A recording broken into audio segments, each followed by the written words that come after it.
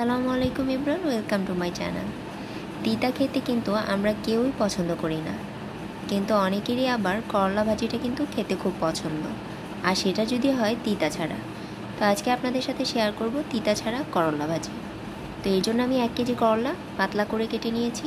এর সাথে দিয়ে দিচ্ছি 1 টেবিল চামচ লবণ। আর এই লবণ দিয়ে আমি এই করলাটাকে মেখে নেব। ভালো করে মেখে 10 মিনিটের জন্য রেখে দিব। আপনারা এতে ভয় পাবেন না, কারণ এভাবে করলে করলার পুষ্টিগুণ একদমই নষ্ট হয় না।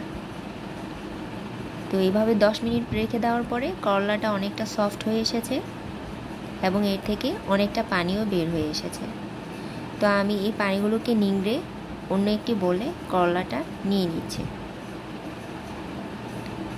এভাবে সবগুলো করলা আমি নিংড়ে বলে নিয়ে নিয়েছি এবং দেখিয়ে দিচ্ছি এর থেকে কতটুকু পানি বের হয়েছে। সবগুলো নিংড়ে নেওয়ার পর এতটুকু পানি বের হয়েছে। তো এই পানিটা আমি ফেলে দেব। তো এখন চলে যাচ্ছি চুলায়। একটি প্যানে আমি 1/4 কাপ তেল নিয়েছি। আমার করলা ভাজিটা পরিমাণটা খুব বেশি, 1 কেজি পরিমাণ, তাই তেলের পরিমাণটা একটু বেশি নিয়েছি। তো দিয়ে দিচ্ছি একটি বড় সাইজের পেঁয়াজ কুচি। করলা ভাজিতে পেঁয়াজ কুচিটা দিলে তিতাটা খুব বেশি মনে হয় না।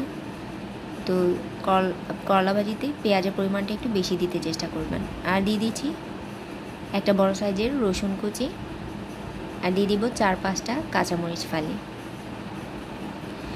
তো আমি এখানে একটি বড় প্যান নিয়েছি করলাটা ভাজি করার জন্য। যদি বড় প্যানে করলাটা ভাজি করেন তাহলে কিন্তু একটার গায়ে একটা লেগে থাকবে না, আর এর ভাপে করলাটা বেশি তিতা হয়ে যাবে না। তো করলার পরিমাণটা যদি বেশি থাকে তাহলে আপনারা এরকম ছড়ানো একটা প্যান নিয়ে নেবেন।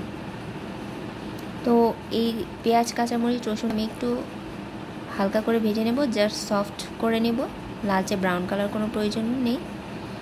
তো এখানে দিয়ে দিচ্ছি 1/2 চা চামচ লবণ। আপনারা লবণের পরিমাণটা বুঝে শুনে দিবেন, কারণ করলাতে আমি আগেই একটু লবণ দিয়ে মেখে রেখেছিলাম, সেখানে একটু লবণ বেশি থাকতে পারে, তা আপনারা লবণের পরিমাণটা বুঝে শুনে দিবেন। তো এখানে দিয়ে দিচ্ছি 1/2 টিস্পুন হলুদের গুঁড়ো। আপনারা যদি করলাটার রঙটা সবুজ রাখতে চান তাহলে কিন্তু আপনারা হলুদের গুঁড়াটাই স্কিপ করতে পারেন। তো এখানে 2টো বড় সাইজের আলু কুচি দিয়ে দিচ্ছি। আপনারা যদি করলা থেকে একদমই তিতাটা অ্যাভয়েড করতে চান তাহলে এই আলু কুচিটা কিন্তু অবশ্যই দিবেন। এতে করে করলাটা খেতেও খুব ভালো লাগে, আর তিতা তো একদমই লাগে না। এখন এই আলুগুলোকে নেড়ে চেড়ে আমি চুলার আঁচটা মিডিয়াম লো হিটে রেখে 2 থেকে 3 মিনিটের জন্য ঢেকে রান্না করব। 2 থেকে 3 মিনিট পর আলুগুলো কিছুটা সিদ্ধ হয়ে এসেছে।